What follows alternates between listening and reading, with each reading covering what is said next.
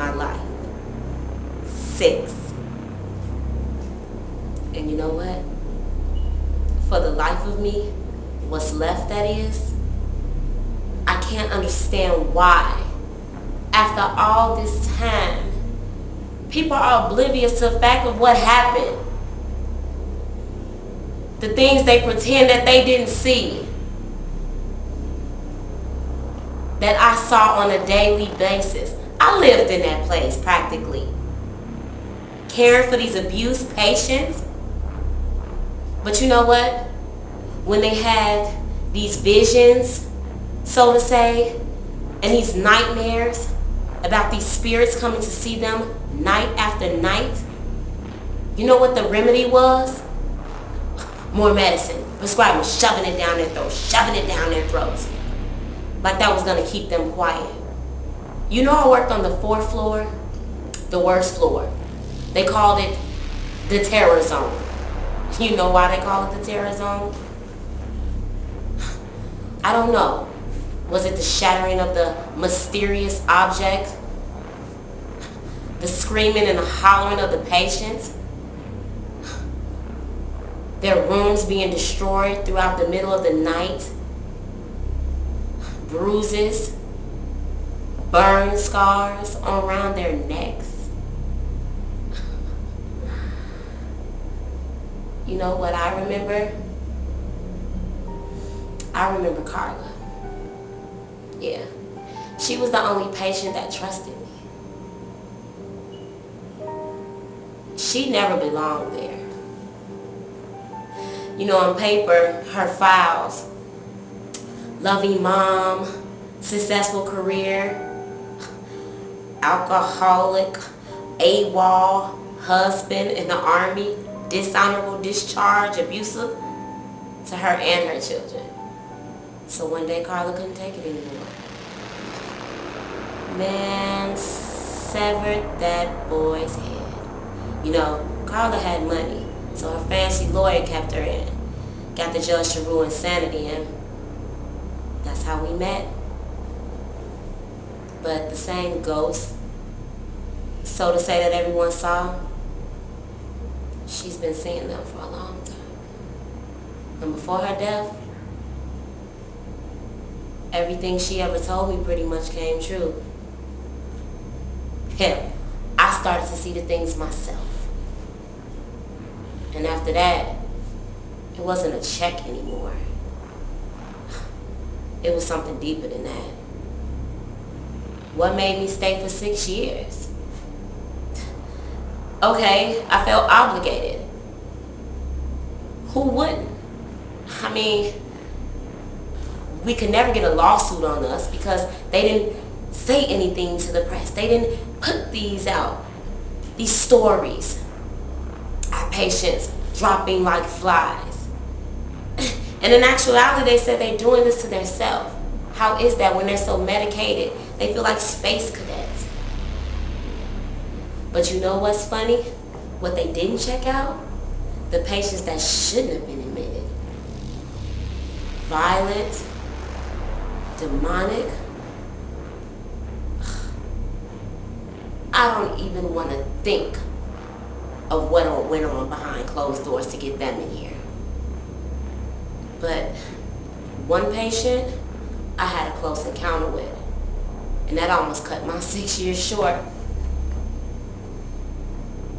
I can't believe it. I'm even saying this. I've been trying to forget, but one night I was locking up. You know, I did all my checks, every floor, every patient was sleeping tight. But I kept hearing these noises. It almost sounded like a door kept opening, like a creak, in a hallway, a long hallway. So every time I would go to monitor it, it would stop. And I would hear voices.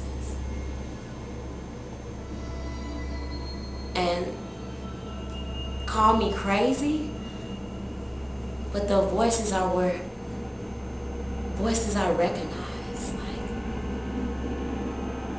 people that I knew could not possibly be there, calling me, warning me, laughing at me. Then I must thought, hey, I got to be going crazy. This overtime is wearing me out. Until things started coming up missing. I couldn't check out. So, when the patient came to attack me with my syringes that I missed, that were missing, do you think they looked after me? Do you think they tried to accommodate me? They said more medication. You know how their motto was. It couldn't have been me doing my job if a patient was that irate. But you know what Carla told me? There was a spirit on my floor, and that was obsessed with killing anything that represented love. And that's what kept me there for 6 years. So no wonder it only hunted my floor. I was the only love in that place. But you know what? It's just some things you can't sweep under the rug. The day Carla died, I buried myself in my work so I didn't have to live with the regret. I don't know. It's not a day that doesn't go by that I don't think about it, that I don't blame myself for not protecting her.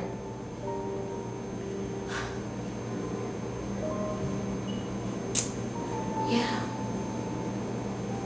She was the only one that saw the things that I saw. Looking into some of those patients' eyes were like looking into the gates of hell. And it's quite funny because whatever spirit that was said that if I stuck around long enough, I would see for myself. And those voices that was in Carla's head before she was murdered said that they were going to be the best friends. And that she was going to be in a place where she felt that pain all the time.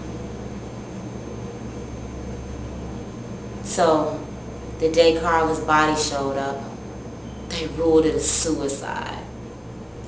I asked for the autopsy. Please believe. I'm the head nurse, for crying out loud. I have everyone's files. I have my hands on everything. Autopsy ruled she was strangled to death. So how could that be? Did she hang herself? Maybe. I don't know. But you know what gets me? Burn scars all over her neck. It's like the life had been sucked right out of her. No rope could do that.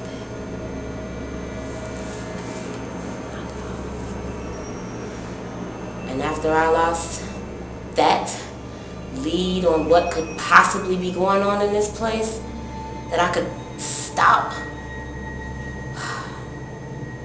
I knew I was all by myself. But the only one who did know about it was security. Steele was his last name. After Carla died, he figured out some things were going on too. Man, I can't believe that I worked there as long as I did, all those years. It's like, what were they doing to those people? I just couldn't understand it. But it was like, it's my job, so I guess I had to do what I had to do. You know? A lot of those people that they say were not in their right minds, but it didn't seem like that to me. Some of them seemed like they were just normal people, that they have been dragged into like the Twilight Zone. But it's like, what could I do about it? I was security. I had to maintain order in this place. But it was just something about the look in those people's eyes every time. that I took him to restrain them, to take them to the other room. That's what I called it. The other room, because it's like, every time I took a patient into that room, I just got this uneasy feeling like I got like chill bumps or something, you know? And it was like a lot of patients were coming up dead and they'll tell me like, oh, it was a suicide. But from the looks of those bodies, it didn't seem like a suicide to me. Like, what suicide can make a person's body look like that? Like, were they burning themselves with something, or they couldn't even get like lighters or anything? So I don't know what could have caused those bruises and burn marks on the people's bodies when they were, you know, supposed to be. It was supposed to have been a suicide. And it's like, I knew it was something going on, but I just kept my mouth shut to keep my job. But I knew it was this one nurse in particular that knew something was going on. I could see it in her eyes every time she walked by. Sharon was her name. And it's like, she and I both knew what was going on, but we had to keep it to ourselves and just act like we didn't see anything. And you know, I had to keep doing it because it was my job. But it was like sometimes at night when I was walking the halls, and I knew all the patients were supposed to be asleep because they doped them up with all this medication, but I was still hearing like these sounds, like the same sounds I was hearing when I took the people into those rooms, into the other room. Like I heard a lot of screaming and moaning, like just terrible sounds, begging and pleading. And it's like now when everybody's supposed to be asleep, and I used to wonder like, what could that be? And I always had this feeling that someone was watching me. Someone was watching me. I knew it was. And it's like, if I tell anybody this, what are they going to say about me? Am I going to be put into this place? Are they going to say I'm crazy now? If I say what I've seen and what I've heard? Because it's things that are not of this world. I know they're not. And the things they were doing at this place, I know they were wrong. And I just hate that I was a part of it. That I had to be there for all those years and see all those people go through what they went through, and I couldn't do nothing about it. Because all I was thinking about was, this is my job. I need this money. I have to feed my family. It's none of my business. I'm a security guard. But now that I think about it, it was my business, and I should have done something to help, but I didn't. And it's like, it's too late now. And I just think like, will I be forgiven? Because all I have now is memories of that place. You know, the smell, the sound, the stench of that place. This is like something I'll never forget. And I just want to be forgiven. But I don't know if I'll ever get forgiveness because I was part of such an evil thing in such an evil place. Now, I know those people were being treated wrong.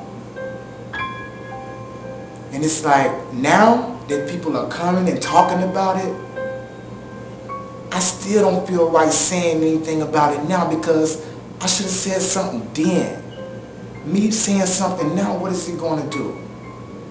Those people went through those things. Especially, it was this patient that I seen the nurse. She used to always talk to, I think her name was Carla or something like that. Carla? If I'm not mistaken, but she mysteriously came up dead and they said it was a suicide. But she never seemed like the type of person that would kill herself. You know, I thought she was one of the people that were not really crazy. They were just put in a bad predicament, in a bad place because of whatever was going on in their lives. No one will really know but me and the people that work there about what was really going on there. And it's like, who's going to get the blame? Am I to be blamed? Is the nurse to be blamed?